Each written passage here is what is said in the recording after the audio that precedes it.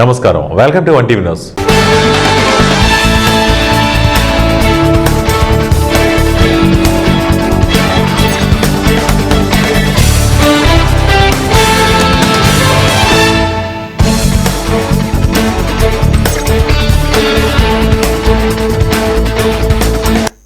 ఒకే ధర్మాన్ని ఆచరించాలి, ఒకే ఆత్మను విశ్వసించాలనేది శ్రీ సత్యసాయిబాబా సందేశమని ముఖ్యమంత్రి చంద్రబాబు నాయుడు అన్నారు. సత్యసాయిబాబా శత జయంతి ఉత్సవాలలో ముఖ్యమంత్రి మాట్లాడుతూ love all, serve all, help ever, hurt never అని బాబా తెలిపారన్నారు. Love all, serve all, help ever, hurt never అని బాబా తెలిపారన్నారు. భగవాన్ శ్రీ సత్యసాయిబాబా మన కాలంలో ప్రత్యక్ష దైవ స్వరూపంగా ప్రజలకు ప్రేమ, సేవ, శాంతి, సౌభాగ్య మార్గాన్ని చూపించిన మహానుభావుడని కొనియాడారు. ఆయన బోధనలు ప్రేమ, సేవ సిద్ధాంతానికి, సేవా కార్యక్రమాలకి మరింత శక్తి నింపాయన్నారు. మనమందరం కలిసి బాబా బోధించిన ప్రేమ, సేవ, ధర్మం, శాంతి సిద్ధాంతాలను మరింత విస్తరించాలని పిలుపునిచ్చారు. సత్యసాయి ట్రస్ట్, సేవాదల్ భక్తులు అందరూ కలిసి భవిష్యత్ తరాలకు ఆయన ధర్మాన్ని చేరవేయాలని, భవిష్యత్ తరాలకు ఆయన మార్గాన్ని చేరవేయాలని, సత్యసాయిబాబా సిద్ధాంతాన్ని ముందుకు తీసుకెళ్లాలని పిలుపునిచ్చారు. ప్రపంచంలో మనకు కనిపించిన ప్రత్యక్ష దైవం సత్యసాయి అని, సత్యసాయికి సమ్మోహన శక్తి ఉందని, ఎంతో మంది నాస్తికులను ఆధ్యాత్మికత వైపు మళ్లించారని ముఖ్యమంత్రి అన్నారు. మానవ సేవే మాధవ సేవ అని సత్యసాయిబాబా భావించేవారన్నారు. సత్యసాయి సిద్ధాంతాన్ని అందరూ అర్థం చేసుకోవాలనే సదుద్దేశంతో సత్యసాయిబాబా జయంతిని రాష్ట్ర పండుగగా ప్రకటించామన్నారు. ఈ భూమిపై మనకు తెలిసిన, మనం చూసిన దైవ స్వరూపం భగవాన్ శ్రీ సత్యసాయి బాబా. ప్రేమ, సేవ, ప్రశాంతత, పరిష్కారానికి బాబా ప్రతిరూపం. Love all, serve all, help ever, hurt never. ఇది సత్యసాయి మనకు చూపించిన దారి. ఈశ్వశాంతి, ఈశ్వర సౌభాగ్యం, సకల జనుల సంతోషం అనే భావనతో ఆయన జీవించారు. భగవాన్ నడిచిన ఈ పుణ్యభూమిలో నేడు ఆయన శత జయంతి వేడుకలు మనం జరుపుకుంటున్నాం. మానవ సేవే మాధవ సేవ అని నమ్మి దాన్నే బోధించారు, ఆచరించారు, ఫలితం చూపించారు. One religion, that is love. One language, that is heart. One caste, that is humanity. One law, that is duty. One God, that is omnipresent అని చెప్పిన వ్యక్తి సాయిబాబా గారు. సత్యసాయిలో సమ్మోహన శక్తి ఉంది. నాస్తికుల్ని సైతం ఆధ్యాత్మిక వైపు నడిపించారు. వేర్వేరు దేశాల్లో, వేరువేరు ప్రాంతాల్లో ప్రజలను సైతం మనోదర్శనంతో ప్రభావితం చేశారు. కష్టాలు, బాధలు, సమస్యల పరిష్కారానికి మార్గం చూపారు. బాబాను చూస్తూ, భజనలు చేస్తూ సామాన్య భక్తుల నుంచి దేశాది నేతల వరకు అనుగ్రహం పొందారు. దేశ విదేశాల నుంచి వచ్చిన ఆయన భక్తులు వందల కోట్లు విరాళాలుగా ఇచ్చారు. కోట్ల ఆస్తులను వదులుకుని సత్యసాయి సన్నిధిలో ఎంతో ప్రశాంతంగా, సంతోషంగా గడిపారు. ఈ spiritual power gave people across the world, some who had never heard of Sai Baba, an intuition giving a meaning to the purpose of their life through peace and service. Many from across the world have come voluntarily to serve, from doctors treating patients for free to billionaires voluntary service of devotees. This is what Sri Baba meant by Manava Seve, Madhava Seva. Wherever I go in any country, when I say I am from Andhra Pradesh, many foreigners tell me, we have visited Puttaparthi, we have received Baba's blessings, This is the greatness and divine glory of Baba. People of all religions and all communities from around the world found peace here. They found solutions to their difficulties and problems. Those who came with burdens returned with renewed energy. భక్తుల్ని ఎంతో ప్రేమగా బంగారు అని పిలిచేవాడు. మీకు చాలా మందికి గుర్తుంటుంది. ఒక రోజున వస్తే బంగారు ఒక పని. భీమిలి ఎమ్మెల్యే గంటా శ్రీనివాసరావు కేజీబీవీ హైస్కూల్ను ఆకస్మికంగా తనిఖీ చేశారు. విద్యార్థినులకు అందిస్తున్న భోజన నాణ్యతపై వివరాలు తెలుసుకున్నారు. అదే సమయంలో విద్యార్థినులతో కలిసి భోజనం చేస్తూ వడ్డించిన పదార్థాలపై అభిప్రాయం కూడా తీసుకున్నారు. తరగతి గదులు, డైనింగ్ హాల్తో పాటు పాఠశాలలోని ఇతర సదుపాయాలను పరిశీలించారు.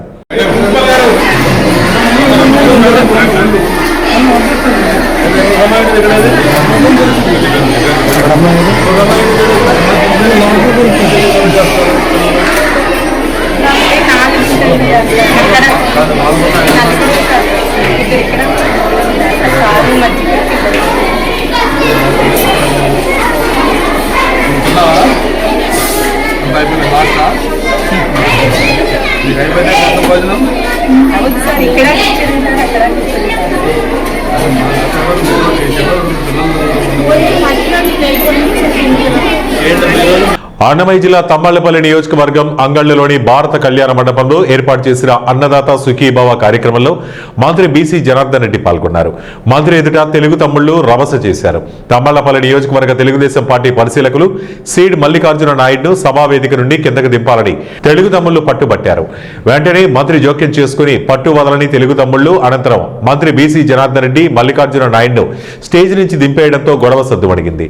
తమ్మళ్లపల్లి నియోజకవర్గంలో ఏ పార్టీ ప్రోగ్రాం చేసినా ప్రతిసారి ఇదే తంతు జరగడంతో చూసిన మంత్రి బీసీ జనార్దన్ రెడ్డి ఆగ్రహం వ్యక్తం చేశారు.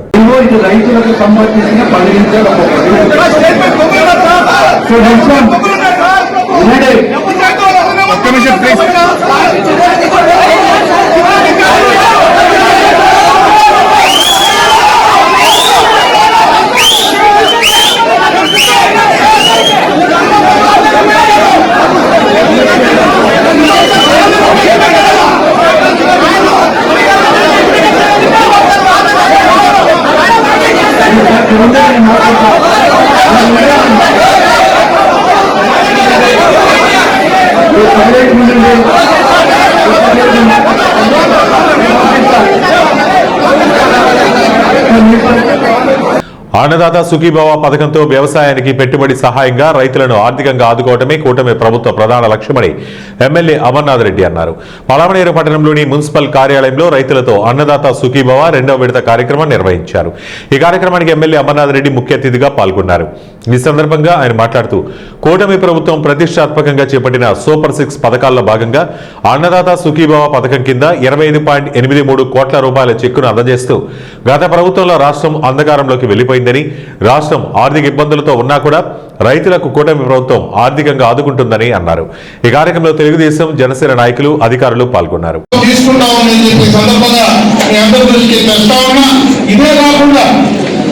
సాగుకు సంబంధించి ఎందుకంటే ఈ సంవత్సరం మనకు వర్షాలు బాగుపడ్డాయి. గతంలో ఎప్పుడు కూడా మనం కలుగుతూ ఉండేవాళ్ళం. ఈ రోజు ఈ చిత్తూరు జిల్లాలో పడమటి ప్రాంతాల్లో మనకు ఎక్కడ కూడా సాగుకు సంబంధించినటువంటి ఏ కాలంలో కానీ పెద్ద పెద్ద ప్రాజెక్టులు లేవు. అందుకే ఈ రోజు చంద్రబాబు నాయుడు గారు ఎన్నికల ముందు ఏదైతే మాట చెప్పారో సంవత్సరం లోపలనే నేను ఈ హంద్రీనీవ జలాన్ని కుప్పం దాకా తీసుకొస్తానని చెప్పారు. దాంట్లో భాగంగానే గడిచిన 4.5 నెలల నుంచి కూడా కంటిన్యూగా కూడా ఆ కాలువలు పారుతా ఉన్నాయి. ఎప్పుడూ నిండినటువంటి చెరువులు కూడా ఈ రోజు నిండి ఈ రోజు కూడా మరి భువనేశ్వరమ్మ గారు ఎప్పుడు నిండినటువంటి చెరువుకి ఈ రోజు కూడా జలహారతులని కూడా ఈరోజు మళ్ళా కుప్పానికి వచ్చారని చెప్పి సందర్భాన్ని ఇంకా గుర్తు చేస్తా ఉన్నా. ఈరోజు పోలవరం, ఎందుకంటే పోలవరం ఈ రాష్ట్రానికి జీవనాడి. అటువంటి పోలవరాన్ని గత ప్రభుత్వంలో మన జగన్మోహన్ రెడ్డి గారి ప్రభుత్వంలో పూర్తిగా కూడా పడకేశారు. ఈ రోజు దాన్ని అది త్వరగా కంప్లీట్ చేసి అటు కృష్ణాని, గోదావరిని అనుసంధానం చేసేటువంటి కార్యక్రమాన్ని తీసుకున్నారు. ఈ రోజు చేసిన గౌరవనీయులు మన ఎమ్మెల్యే గారు అన్నదాన్ రెడ్డి గారికి మా వ్యవసాయ శాఖ తరఫున నమస్కారాలు తెలియజేస్తున్నాం. అన్నదాత సుఖీభవ పీఎం కిసాన్ అంటేనే రైతు పండుగ. రైతు దేశ ఆర్థిక వ్యవస్థకు, ఆహార భద్రతకు మూలస్థానం. అటువంటి రైతులను అభివృద్ధి చేసే ఆలోచనని పుట్టినటువంటి ఈ పథకం అన్నదాత సుఖీభవ పథకం. డైరెక్ట్ బెనిఫిట్ ట్రాన్స్ఫర్ తో రైతు ఖాతాలో నేరుగా నిధులు జమ అవుతూ రైతు పంటకు ఆర్థిక భరోసా కల్పిస్తూ రికార్డు ధృవీకరణ, వ్యవసాయ రెవెన్యూ బ్యాంకింగ్ శాఖల సమన్వయం ఈ పథకంలో సాధ్యమవుతోంది. ఈ పథకం కింద సాగు భూమి కలిగి ఉన్న భూ యజమానులందరికీ కూడా ప్రతి సంవత్సరం అన్నదాత సుఖీభవ పథకం కింద 14,000, పిఎం కిసాన్ పథకం కింద 6,000, సంవత్సరానికి 20,000 చొప్పున ఆర్థిక సహాయం ప్రభుత్వం వారు అందజేస్తారు.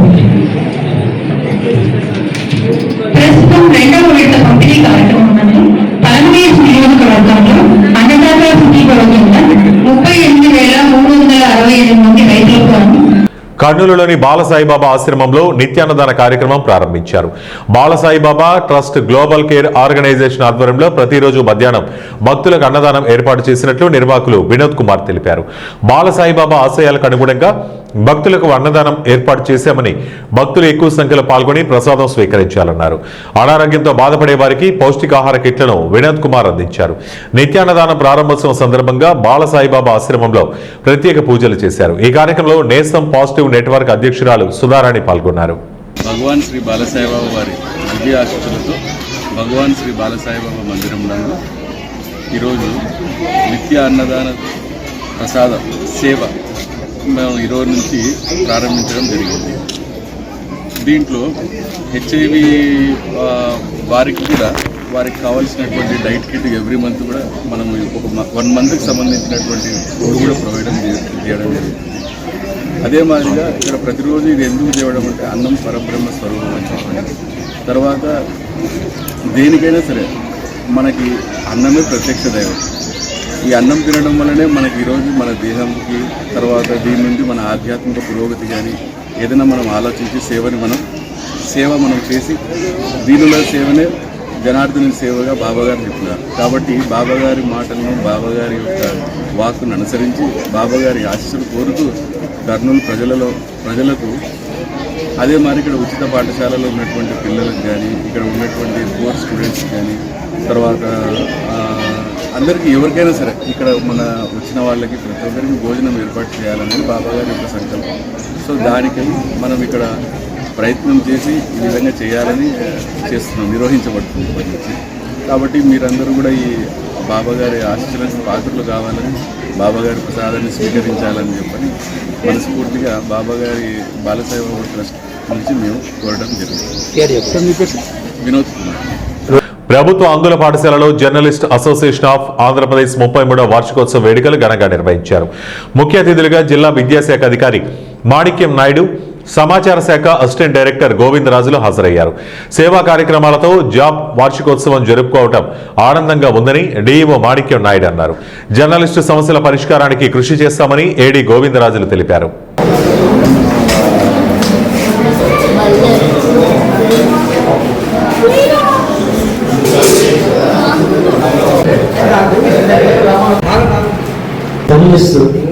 ఒక సామాజిక బాధ్యతగా సేవా కార్యక్రమాలు కూడా తీసుకోవడం నాకు చాలా ఆనందకరంగా ఉంది.